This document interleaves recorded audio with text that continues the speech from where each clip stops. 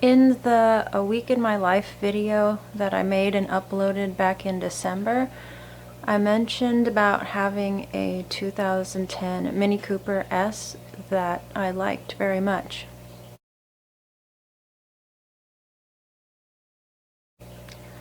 Well, I don't have it anymore.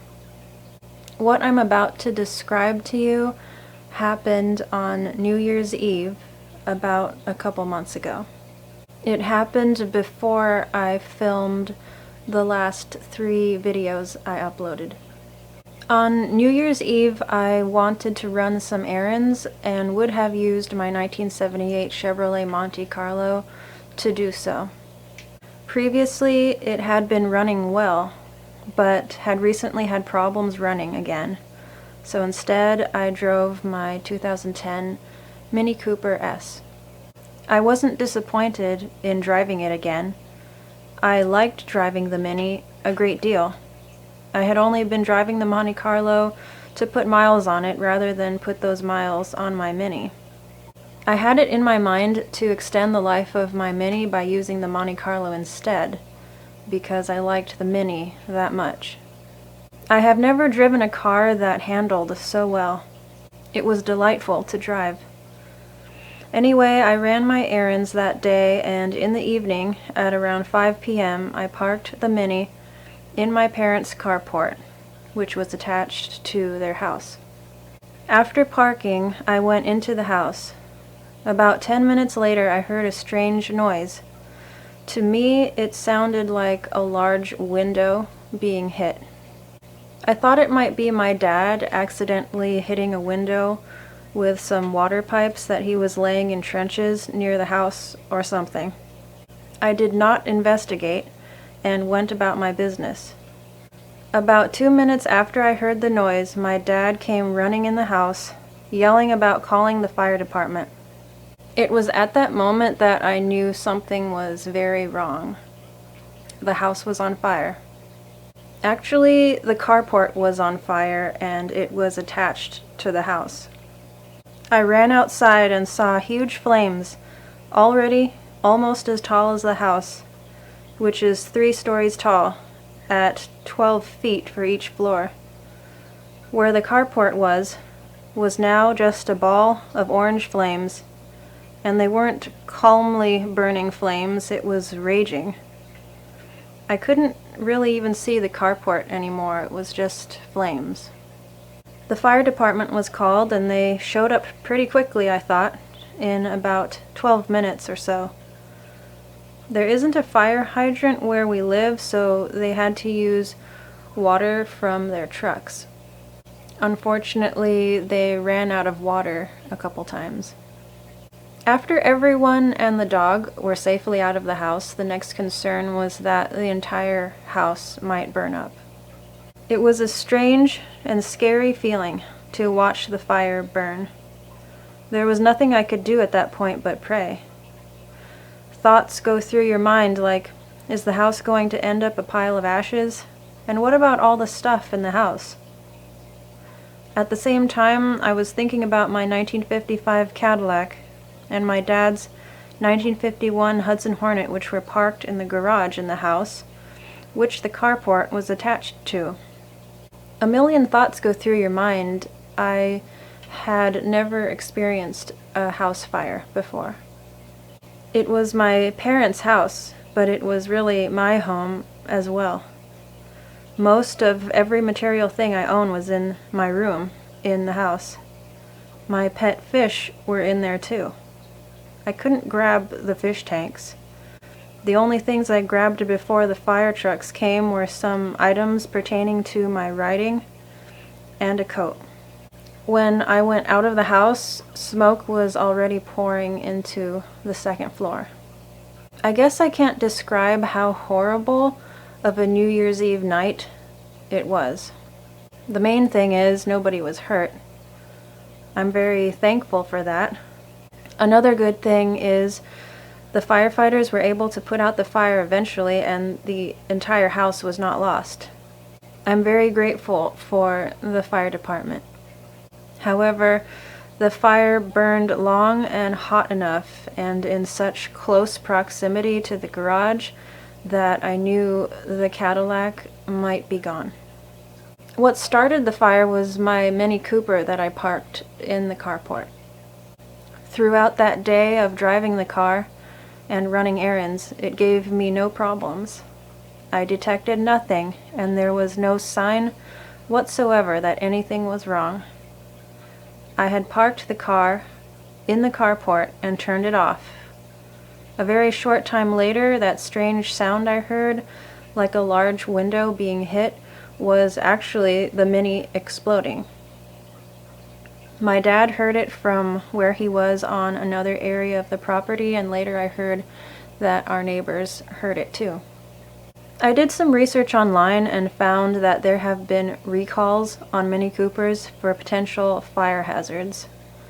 I read online about other people's experiences with their Mini Coopers igniting very shortly after they parked and turned off their cars. I read about an auxiliary water pump that is controlled by an electronic circuit board which can malfunction, overheat, smolder, and then ignite. Also, something about a power steering issue, which could also be a fire risk, but I don't think that was the problem with my car. Because from what I've read, some steering issues will be apparent before a fire ignites. I believe with my Mini, it was the electronic circuit board of the electronic auxiliary water pump that malfunctioned, as it engages when the engine has been turned off. That is what I have gathered. It is supposed to cool the turbo. BMW makes the Mini Cooper, or owns Mini, however you want to say it. This auxiliary water pump recall affected not only Mini Coopers, but some BMWs as well. Anyway, my Mini caught on fire. Some part of it exploded, probably because the fire ignited it. This car fire is why the carport caught on fire. In the next day or two, the damage from the fire was surveyed. The fire itself was a traumatic thing to behold, but the damage was extremely sad to see. It was very painful to see, and it seemed surreal. Unreal. My Mini was a burned out shell. Even the wheels had melted away. The Mini I liked so much and had a lot of memories with was gone. I had liked Mini Coopers since I was a teenager, before they remade the car. I liked the classic Mini Coopers, and it was a dream come true when I got one of my own, even though it wasn't a classic Mini Cooper. Now it was gone. Parked next to the Mini, in the carport, had been my dad's brand new tractor. He got it about a couple weeks before. It was the first brand new vehicle type of item he had ever bought brand new. He had only around 28 hours on it, I believe, and was still learning how to use it. I remember when the tractor was delivered. It was all shiny and clean, and a vibrant red. It was like a big toy. It was a tractor meant for work, but it was as if you didn't want to get a scratch on it. Now it was destroyed. Its big tractor tires were gone, burned away. Also in the carport was this little old riding lawnmower. Almost not worth mentioning compared to everything else, but for some reason that hurt to see destroyed as well. I probably felt that way because my dad had kept it running longer than it typically would have lasted, and it was still running fine. It seemed like such a waste. It probably is. Probably is locked. I wanted to... See what was in there? I just wanted to open it, just... You know... Yeah. I never got into it yet.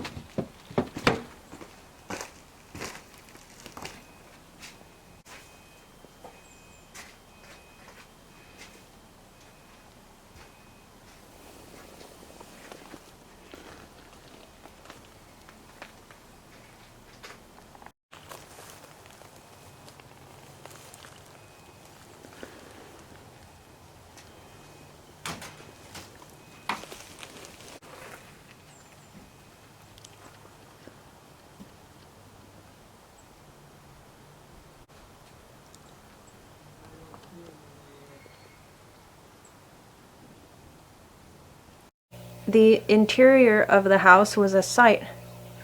Everything was covered with black soot, and I mean everything. Even things in drawers and behind closed cabinet doors. The smell of smoke was so strong in the house that a respirator mask was necessary to wear when you went in. It didn't smell of campfire smoke either. To me it smelled of burned rubber and plastic. The soot was not quite like ashes from a wood stove either. It was worse. The interior of the house got so hot, especially on the ground floor where the garage was, that some of the light fixtures fell from the ceiling. The plastic junction boxes that they were mounted in had melted. A couple of these heating units on the wall melted too. The metal soldering in one of the light fixtures melted and came apart.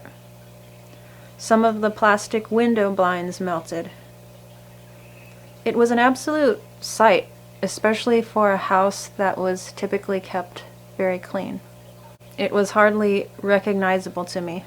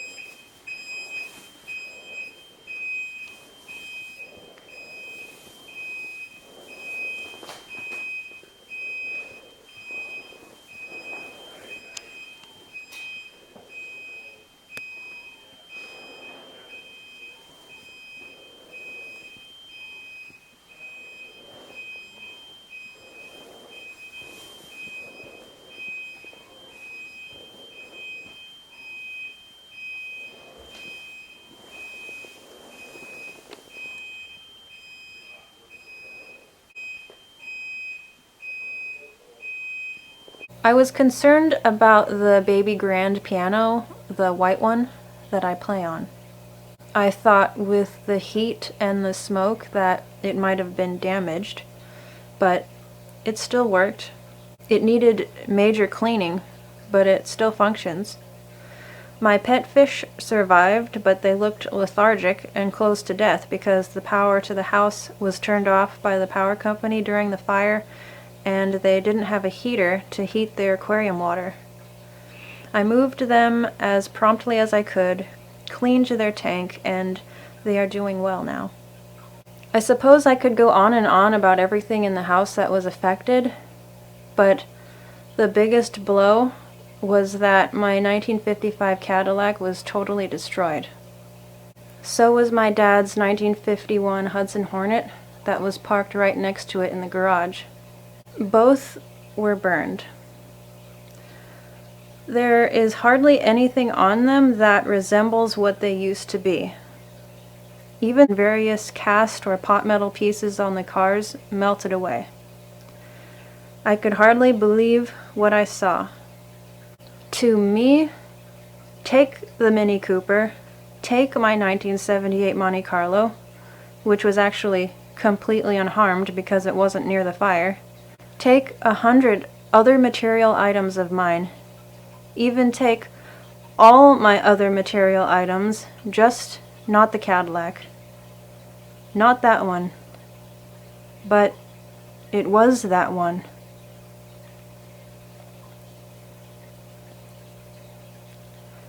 If I could have traded every other material thing I own for the Cadillac, I would have made that trade, and I would not have to think very long about it.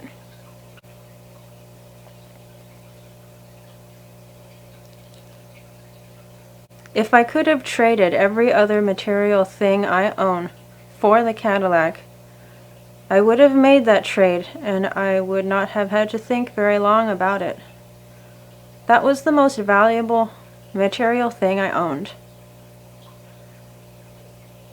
Not only monetarily, but sentimentally. To see the destruction of that car was mind-blowing, and made my heart hurt. Or maybe it made me feel sick. I don't know how I felt. It was just bad. And it wasn't just the Cadillac as a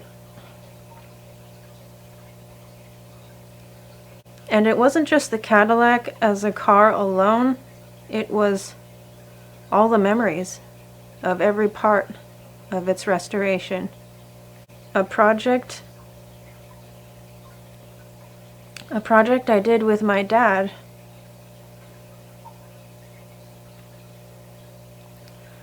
And the outcome of all that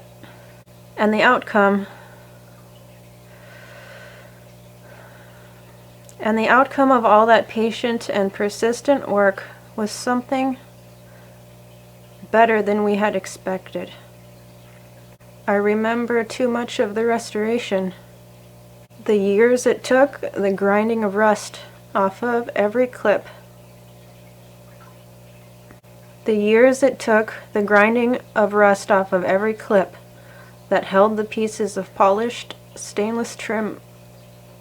The grinding of rust off of every clip that held the pieces of polished stainless trim on the car. The grinding of rust off of every clip that held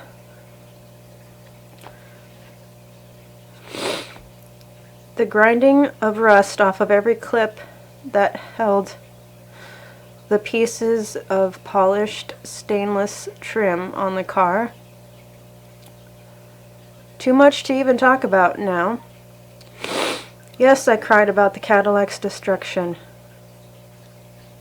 I suppose I can be a sensitive person, but it seems like enough to make a grown man cry. I don't really expect anybody to understand except for maybe those who know something about classic cars.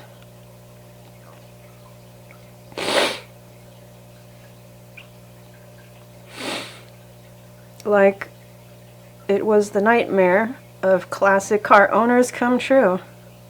I still don't really have adequate words to say about it, but here is some footage of it.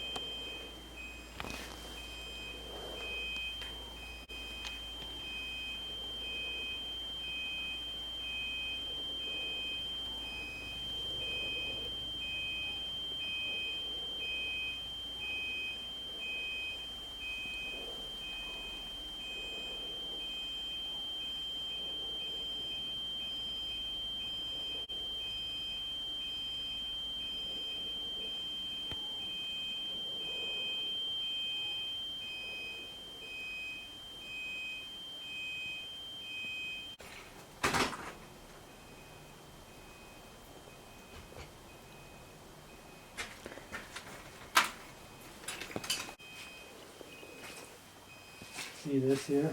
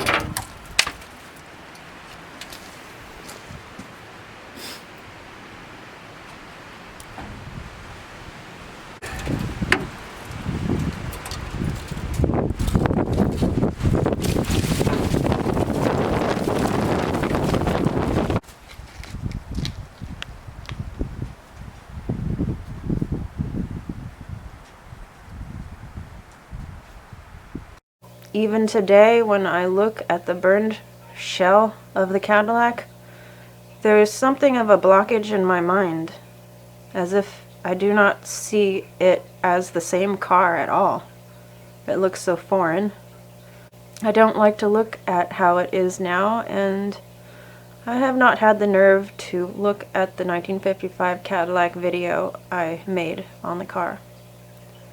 I was forced to look at photos of the Cadillac and the Hudson, though, when I was working through the car insurance process.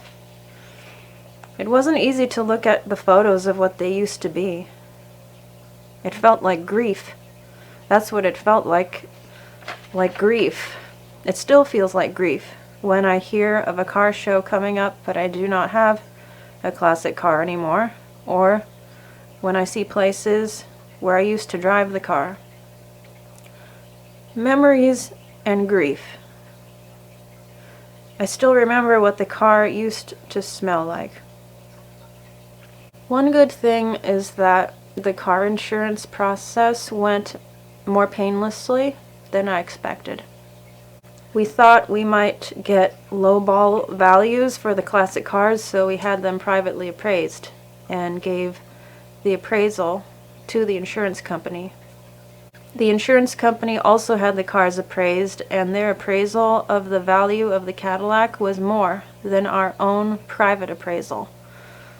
So basically they called and asked if we would like to go with their higher value for the Cadillac or our own lower value. Of course, we went with their higher value. That was unexpected. The money means something to me. Of course, it is better than nothing, but still, if I wanted the money, I would have sold the car. The money is something of a consolation, but on the other hand, at this time, it really doesn't feel like it. I would rather have the car. Beyond that, I feel as if I would have rather sold it to someone than have it burned up. At least they could have enjoyed it, if not me. It's still just very sad. It still seems unreal. This event has affected me.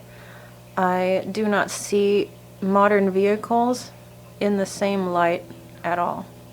The Mini Cooper gave me no sign that anything was amiss. As far as the recall of the auxiliary water pump goes, I have no idea if that was replaced on my car or not. I got the car secondhand. Also, I read the story of a Mini Cooper owner who did get the auxiliary water pump replaced in response to the recall, and their car still went up in flames shortly after they parked it and turned it off.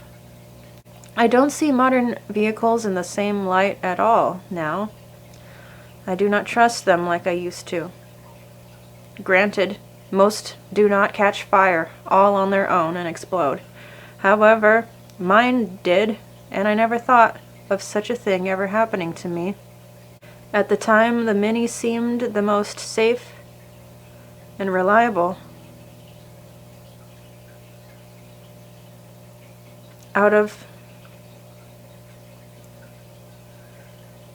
At the time, the Mini seemed the most safe and reliable out of all the cars I had.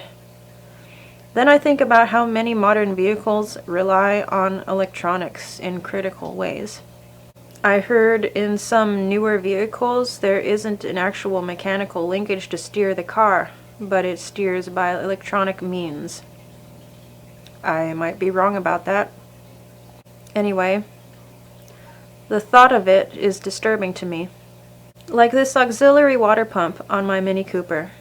It was supposed to engage after the car is turned off in order to cool the turbo.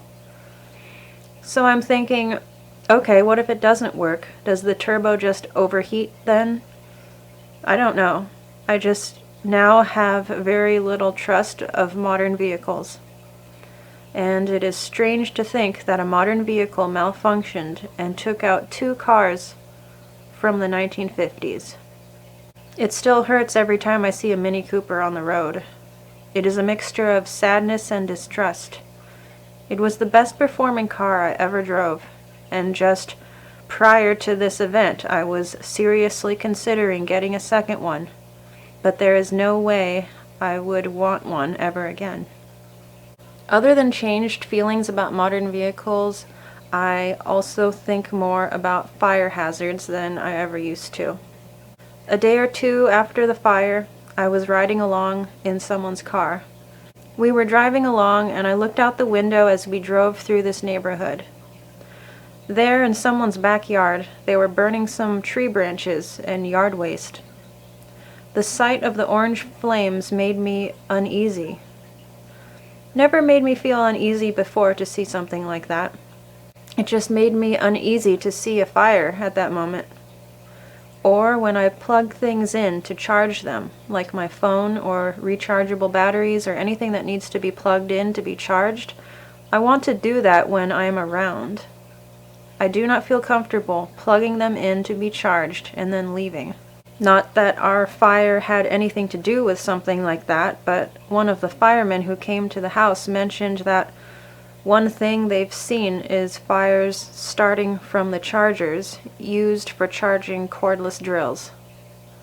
Apparently they have been the cause of fires. So it just made me wary of leaving things charging. Another thing that I think I will do in the future is that if I hear a strange noise, I might actually investigate. I think it was very critical that my dad heard that strange noise and investigated right away. And then the fire department was able to be called so soon. Like I said, I heard the noise, but I didn't investigate, and I feel like in the future I should probably investigate. And having never experienced a house fire before, it's hard to relate to others who may have had a house fire before, but I feel like I have a little more empathy for those who somehow lose their home or almost lose their home, or like, have you heard about what's going on in Ohio with the train derailment and how the chemicals have really affected people's land and their homes and their whole lives have been upended? I feel more sympathy and empathy for people who are in situations like that. I mentioned earlier how it was my parents' house, but my home as well. The house was the one physical place I could go to have the most peace and space. Physical space and mental space. Somewhere I could go and be left alone, which matters to me, especially when I write and pray. That was where I would write and pray. As a result of the fire, I felt displaced because the house is uninhabitable until it is cleaned, and that will take months. 2 cleaning companies seemed basically unwilling to clean it. It was too big of a job. They either did not give a quote at all, or gave a huge quote and didn't really specify what would be done. You can tell when someone would really rather not do a job. It was strange to feel displaced. It was strange to not have a vehicle at the time, because the Monte Carlo was having issues. It was strange to hitch a ride to the laundromat to wash some basic clothes to wear several times to get the smoke smell and soot out of them. It was strange to feel generally upended. In the beginning, we had no electricity or water for a short time, too. I realized it is difficult to cope with a traumatic event, but even more difficult to cope with a traumatic event when your basics are not in place. It's like a double coping situation. Anyway, that is what happened on New Year's Eve. Currently, we are cleaning the house. Recently, a couple people were hired to help clean the house, which has been good. Also, our neighbors have been very kind, supportive, and helpful. Makes me think of this Bible verse. Do not forsake your friend and your father's friend, and do not go to your brother's house in the day of your calamity. Better is a neighbor who is near than a brother who is far away. The shell of the Mini has been hauled away by the insurance company. The Hudson has been hauled away. I'm keeping the Cadillac for now. Shortly after the fire and seeing the Cadillac destroyed, I thought to myself that if it's the last thing I do, I will get the Cadillac back to how it was. I understand where I was coming from, but I doubt that is the right attitude to have about the car. Holding too tightly to something is not the way to go. If it ever is restored again, then just let it be that.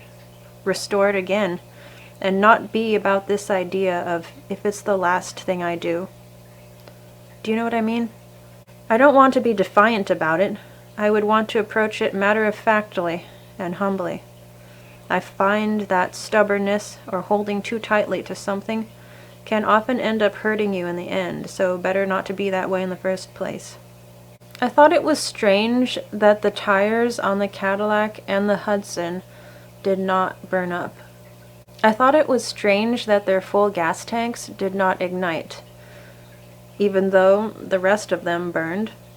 I'm thankful that the gas tanks held, or else the house might have ended up in even worse shape. Another thing that was lost in the fire were all of my car paintings. They were hanging on the walls in the garage. Not that more sadness needed to be heaped upon the pile, but it was sad to see my paintings gone. Steve, I don't know if you're watching this, but I appreciate your kind comments about my artwork. It means something to me because I took my time and tried to do my best work with each one. A lot of patient effort went into each one. I thought you'd like to see what they looked like. They were acrylic on watercolor paper for most of them. One of them was acrylic on canvas.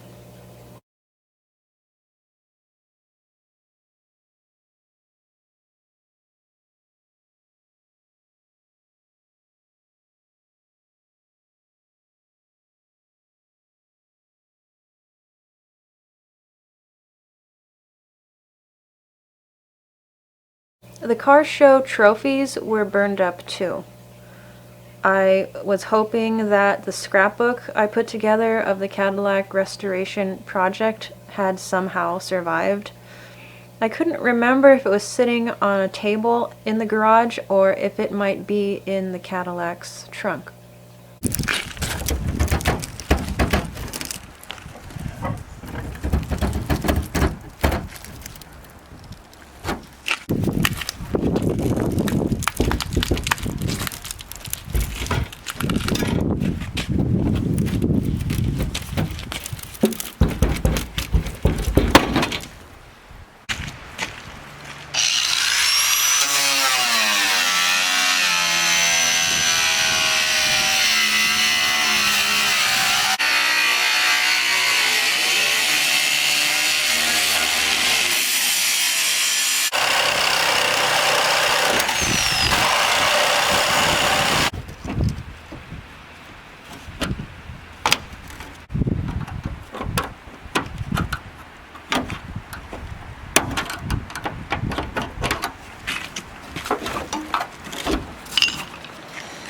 Dun da da da!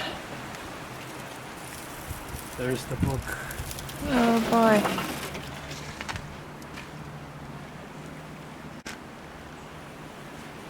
It Wow. won't stay up on its own anymore. Can you hold it? Mm-hmm.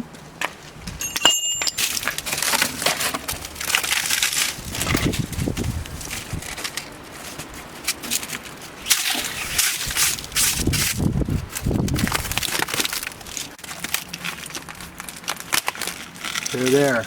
Whoa. Just got to get them out of the plastic. It's a little bit of the carpet right there. Oh, under plastic? Yeah. Oh yeah, the plastic liner we have in here.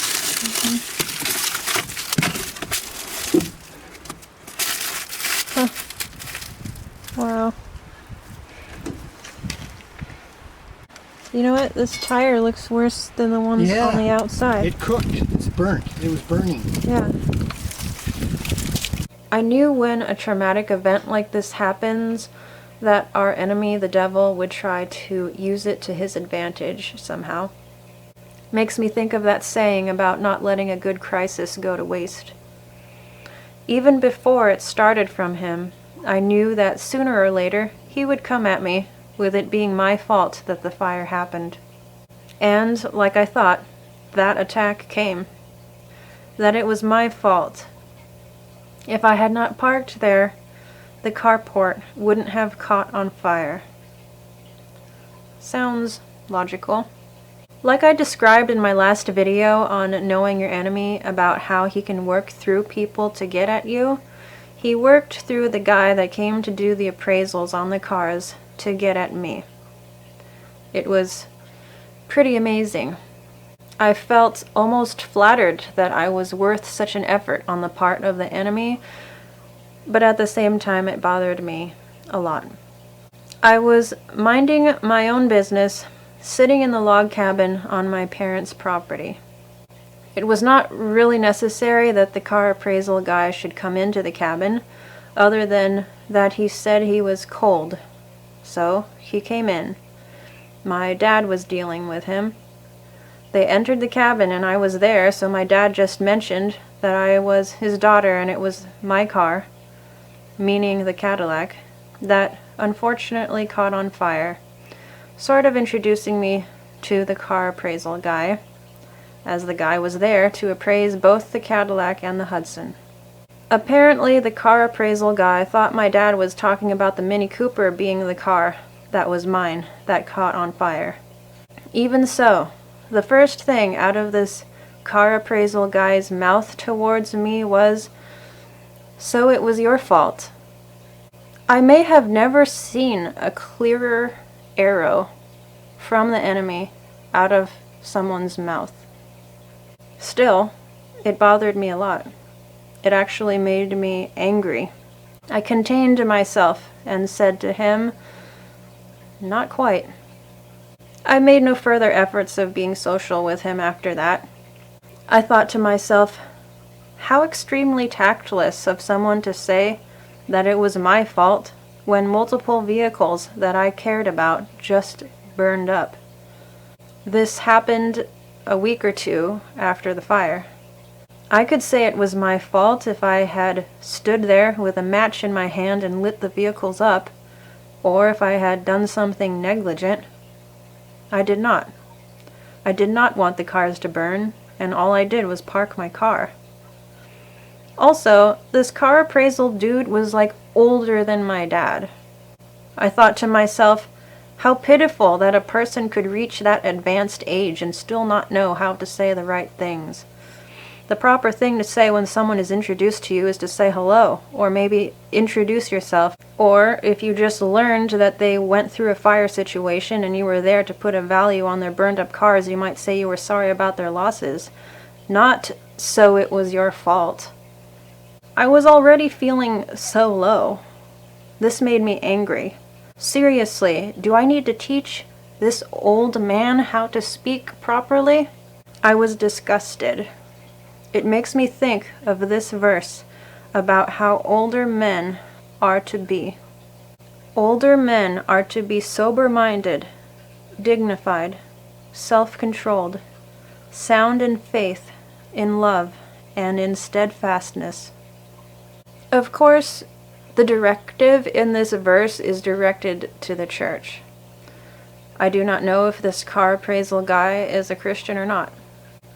I guess I'm just having expectations of behavior that are fitting for a man who is older. Don't even get me started on the fallacy of older people are wiser. Show me an old man that is dignified, sober-minded, and self-controlled, sound in faith, in love, and in steadfastness, and you will be showing me something very rare. Not non-existent, but rare. There is really something unfitting about an older man who is not sober-minded or sensible, or who is undignified. Somehow, those types of behavior are more expected from a teenager or a young person. By the time you are of advanced age, be better than that. Seriously, if you only knew the things I've heard older men in the church say. It grosses me out. I won't get into it. I just do not see it as dignified behavior at all. Anyway, back to what the car appraisal guy said about the fire being my fault. Other than being angry about it, I thought this was an impressive attempt to get at me by the enemy through the car appraisal guy. It was the middle of winter. I'm tucked away in the cabin by myself, minding my own business, and it takes the words from this car appraisal guy who had to whine about being cold to come into the cabin to see me, and then the first and only words he said to me was, "So it was your fault?" I was impressed.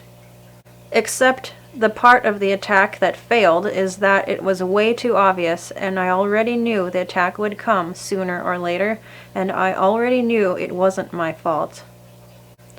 What would have been a better attempt by the enemy would have been to try to get at me with words from my mom or dad about the fire being my fault.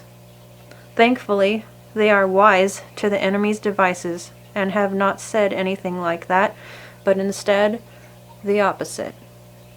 After this situation with the car appraisal guy, the enemy still prodded in my mind with thoughts like, well, if you hadn't parked in the carport, the house wouldn't have been damaged, and the other vehicles would be safe and sound. Sounds logical? It was my fault, was the drumbeat of thoughts in my mind.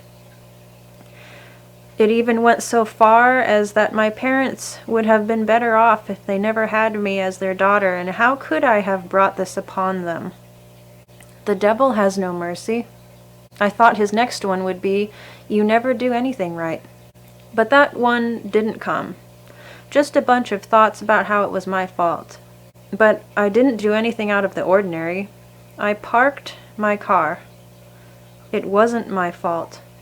I've parked it countless times in the course of the 10 years I had the car. I parked it several times that same day that it caught fire. Furthermore, I parked in a carport, which seems like an appropriate place to park a car. Of course, I would have never parked it there if I knew my car would spontaneously catch on fire and nearly take the house down to the ground. It was not my fault. If anything was to blame, it was a malfunctioning car. As a side note, I don't know if I will ever park a vehicle in a garage that is attached or in a house. Just because of what I've been through, it doesn't seem all that safe to me. Also, when a traumatic event happens, the what-ifs and the hindsights and the if I had knowns and the flurry of thoughts like that have to be cut off at some point, or else you can allow yourself to be more miserable. Something else I was thinking was, did I do something wrong to cause this? Like, did I do something morally wrong in my life to cause or deserve this event? I don't think that line of thought was from the enemy. I think it was me checking myself. Did I value the cars too much? Were they like an idol to me? Something I loved more than God? I wouldn't want that. I don't think that's where I was at. In the last video I uploaded to YouTube before the fire, I said, these material things can be gone in a short amount of time. I knew they were things only. I knew their proper hierarchy in my heart. Strange to live what I said only a few weeks after filming that. They were gone in a short amount of time. But no, I don't believe I was valuing the cars in a wrong way. You can enjoy and appreciate material things without making them an idol in your life.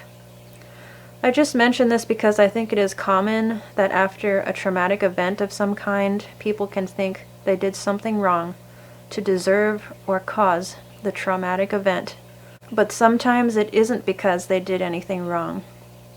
It is a difficult subject to broach, but sometimes difficult, even nightmarish things can happen in life, and it isn't always because you did something wrong.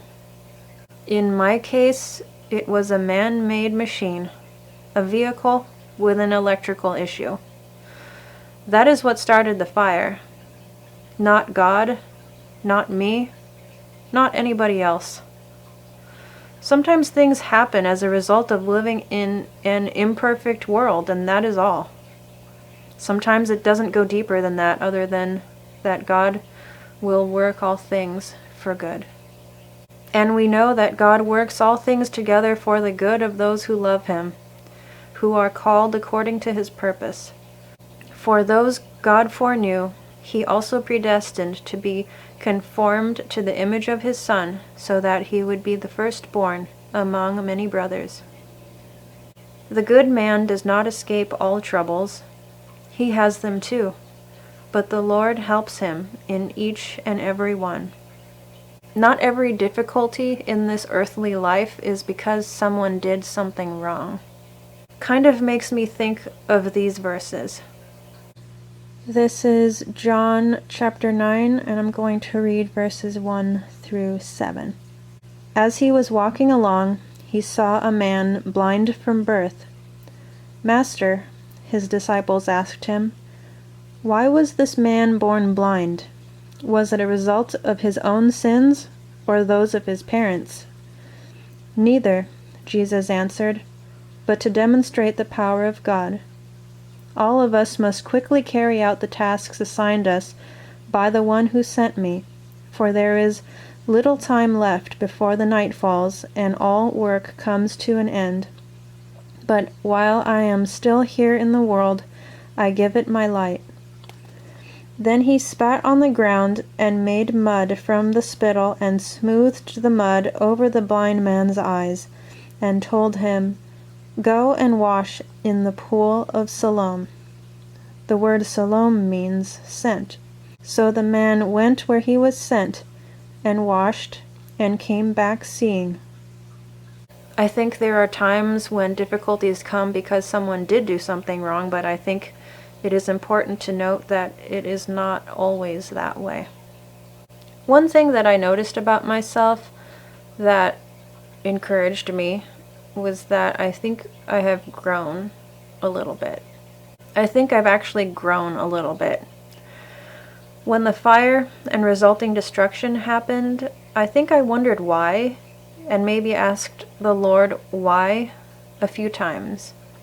Like, why? Why did this happen? Why?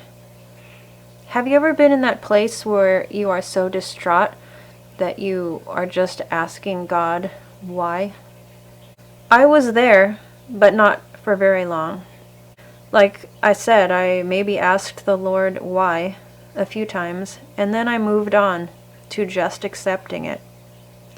In the past, that red-hot burning question, why, would have continued to burn and gnaw at me for weeks, if not months.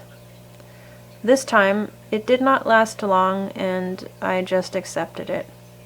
I saw this as growth in myself. If I need to have an answer to my why, it is because I had a car that severely malfunctioned.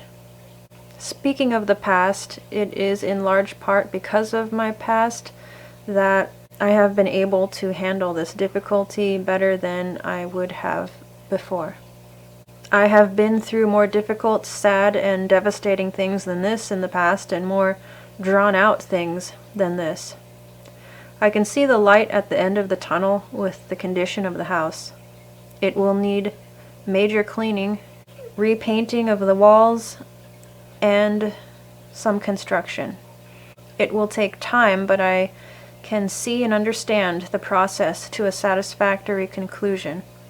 In some past very difficult situations in my life, I did not see the light at the end of the tunnel. I did not see what would or could be done to reach some satisfactory conclusion. I could not see the end of it. I did not understand it and still had to accept the reality of things without knowing where it was going. All I could do was trust in the Lord. The Lord teaching me and working with me through those past difficulties built some things in me that didn't exist before, but exist now. There are things I've gained by God's grace through difficult things that I would have never gained otherwise. Take a look at these Bible verses about the benefits of difficulties and trials. Dear brothers, is your life full of difficulties and temptations? Then be happy, for when the way is rough, your patience has a chance to grow. So let it grow, and don't try to squirm out of your problems. For when your patience is finally in full bloom, then you will be ready for anything, strong in character, full and complete. We can rejoice too when we run into problems and trials, for we know that they are good for us. They help us learn to be patient, and patience develops strength of character in us and helps us trust God more each time we use it, until finally our hope and faith are strong and steady. Then, when that happens, we are able to hold our heads high no matter what happens, and know that all is well, for we know how dearly God loves us, And we feel this warm love everywhere within us because God has given us the Holy Spirit to fill our hearts with His love. Rejoice even in trials because it is growing and producing good things in you. Endure and persevere, like a soldier experienced in battle. There is a video game I play called Gears of War. With your experience and performance, you increase in rank, gaining skills. I can see in myself better gameplay and strategy with practice and experience. On the opposite side, I can see how inexperience in other types of games puts me at a disadvantage. Having very little knowledge of it puts you at a disadvantage. So, take trials and difficulties as training and experience for the good outcome of being prepared and knowledgeable. So life in general and future trials or difficulties can be handled better and with more skill. Even in the games I play, skills are earned with experience and performance. There are many similarities to be seen here. Life isn't a game, but there are many similarities to observe between the two. Even in the game, there are times of greater difficulty and bigger, tougher enemies that are initially, and during the struggle, unpleasant. They seem like big obstacles to overcome. Maybe they seem unconquerable. But afterwards, and maybe after multiple tries, they cease. They are overcome. And after the difficulty, experience, growth occurred in you. A positive growth happened in you. Knowledge was gained, maybe, of how to overcome and approach something similar in the future. This is real, so truly, rejoice too in trials. There is something good to be gained from them. God says so in the Bible. May His people really see that. It is just that initially and during, these trials are unpleasant. Sometimes very much so, bringing someone to their limits of tolerance and beyond. Very trying indeed. Like in the video game I play, as the enemy is approaching and you are unloading bullets into them, hoping they fall before they reach you and before you run out of bullets, limits are pushed and pressed. Not only can it be like this against the world, the flesh, and the devil, but with trials one faces in life on earth. There is something being redeemed, even through trials, and what is gained in this manner are often some of the deepest and most beautiful kinds of growth in Christ-likeness. Through trials. Certain things are gained in and through trials that are not gained by ease and happiness. I have refined you, but not as silver is refined. Rather, I have refined you in the furnace of suffering. Behold, I have refined you, but not as silver. I have tried you in the furnace of affliction. It can be very difficult to rejoice in trials. I am not trying to have a Pollyanna type of attitude about trials. Personally, I do not like difficulty and pain. There have been times in my life when I didn't care about what good could come from trials at all. I just wanted the difficulty and pain to go away. In this earthly life, difficulty and pain seem pretty unavoidable to me, so if they are inevitable anyway, better to look at what benefits can be had from them. I think the Lord is trying to show that there is a positive aspect, a benefit that comes with trials, and is trying to get us to look at that. To look at that benefit and believe it and see it so much that we can actually rejoice in trials. It is true. May God's people see this and take trials well because of what can be gained by them, and not really by other means. May they not be completely overcome by the unpleasantness of it. But this is especially difficult if they are not content and satisfied in the Lord. This is especially difficult when the trials involved their idols. May God's people look beyond the temporary, the temporal, and to eternal issues. May our hearts not be set so hard on the things and issues of temporal life. May we look to something greater. This is a good perspective to have when going through trials. Brokenness creates more good in a person than the flesh can bear to entertain the thought of, but one's spirit rejoices at such a thought. Brokenness to self and to the strivings and values of the world. Brokenness is very much underrated. It also opens the doors wide to growths in holiness. It is altogether opposite of the flesh. I've already learned a lot from the fire. I mentioned before how I felt displaced out of my home, my place where I found peace and space.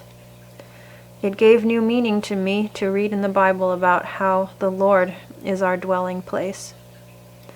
He is my home, my place of peace. I experienced that in a new way as a result of the fire. Another perspective I gained from the fire was how much God loves us. I feel that how much God loves us is spoken of so often and in so many ways that it almost sounds like a cliche, unfortunately. God loves you. God loves us. It's spoken so often it can tend to lose its impact sometimes. And how can you really grasp how much He loves us? I thought of the Cadillac, how much I cared for that car, how I had a hand in its restoration, how I babied it. That car was kept cleaner than my room, you know what I mean? I basically cherished it. I knew what it was, and I knew what it took to get it to that condition. I did not take it for granted, and then to lose it. I could maybe understand, in a very tiny way, how God might have felt to lose that perfect relationship He had with Adam and Eve when they sinned. When we sinned, when we were lost. I imagine it was incredibly sad. When I was going through photos of the Cadillac to send to the insurance company, I felt that, what it was and what was lost. It really did feel like you wanted to reach through the photos and embrace the car, to hold it close, something cherished. I think the vivid contrast between what the Cadillac was and what it is now is no greater a contrast than what man was before and after he sinned. From life to death, basically. Then how I felt about being willing to trade any or every other material thing I own for the Cadillac, if such a trade could have been made. Or potentially willingly undertaking the ugly tasks to restore the Cadillac again, not to mention the price. I saw a correlation between God's love for us and how I cherished the Cadillac. We were lost, but look at what God did to restore us to Himself. Look at the cost, the price, the ugly and painful things He willingly endured to restore us to Himself. Seems to me He loved and loves us so very much. I imagine He, too, would want to reach out and embrace us, save us, hold us close, and keep us always and forever for Himself. He cherishes us way more than I cherished the Cadillac, and I cherished the Cadillac a lot. Also, the fire made me consider how it says in the Bible that the work people have done in their lives will be tested by fire, and what will remain. God, in His kindness, has taught me how to be an expert builder. I have laid the foundation, and Apollos has built on it, but he who builds on the foundation must be very careful, and no one can ever lay any other real foundation than that one we already have, Jesus Christ. But there are various kinds of materials that can be used to build on that foundation. Some use gold and silver and jewels, and some build with sticks and hay or even straw. There is going to come a time of testing at Christ's judgment day to see what kind of material each builder has used. Everyone's work will be put through the fire so that all can see whether or not it keeps its value and what was really accomplished. Then every workman who has built on the foundation with the right materials and whose work still stands will get his pay.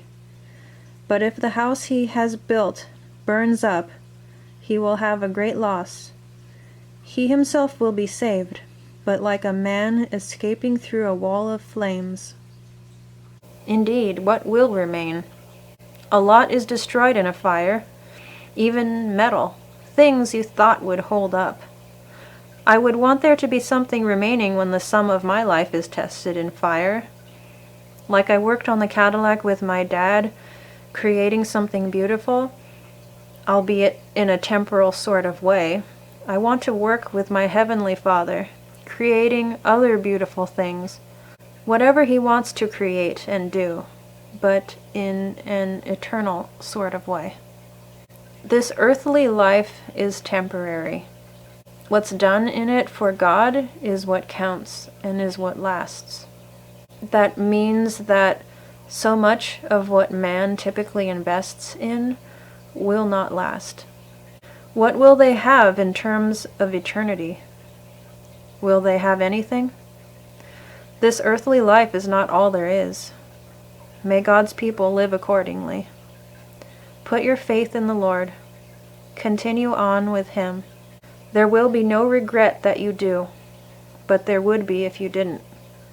Invest in the right things, the most valuable things. Invest in God, in His kingdom, in His ways.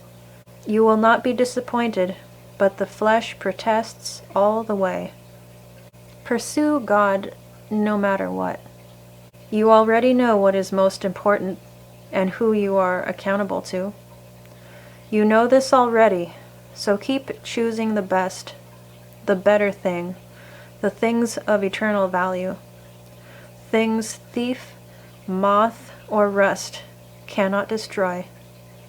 Don't store up treasures here on earth where moths eat them and rust destroys them, and where thieves break in and steal.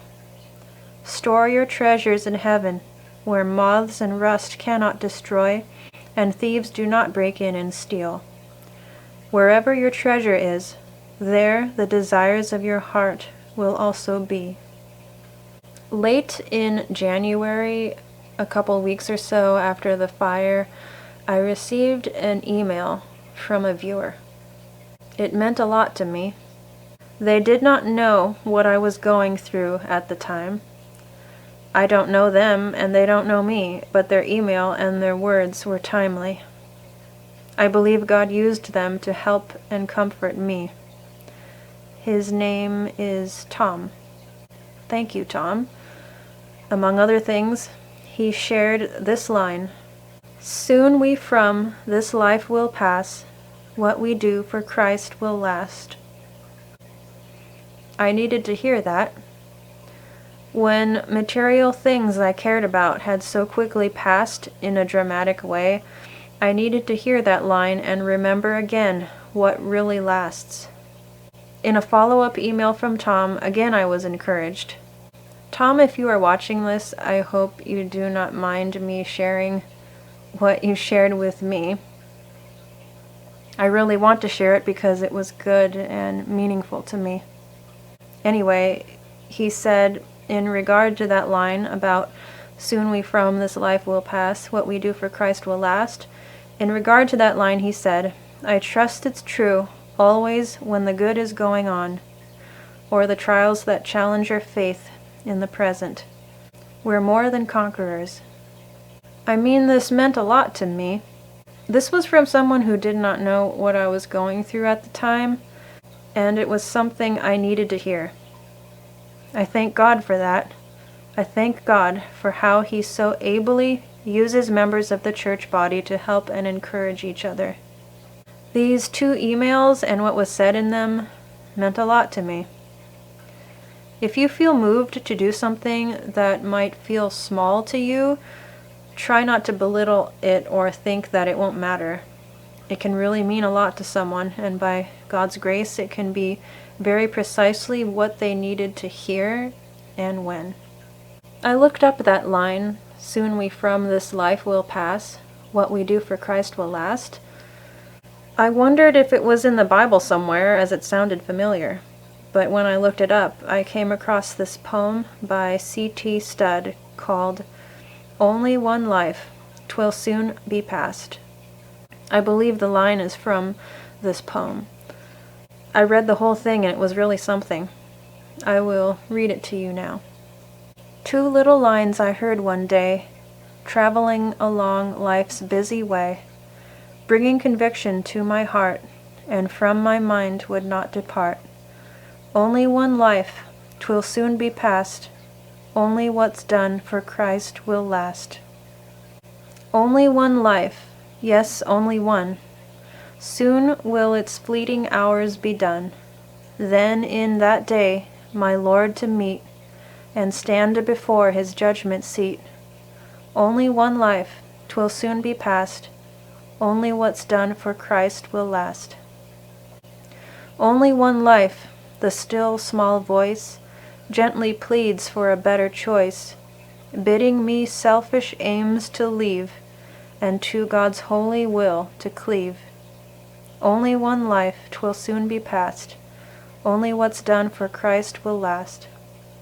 Only one life, a few brief years, each with its burdens, hopes and fears, each with its clays I must fulfill, living for self or in his will.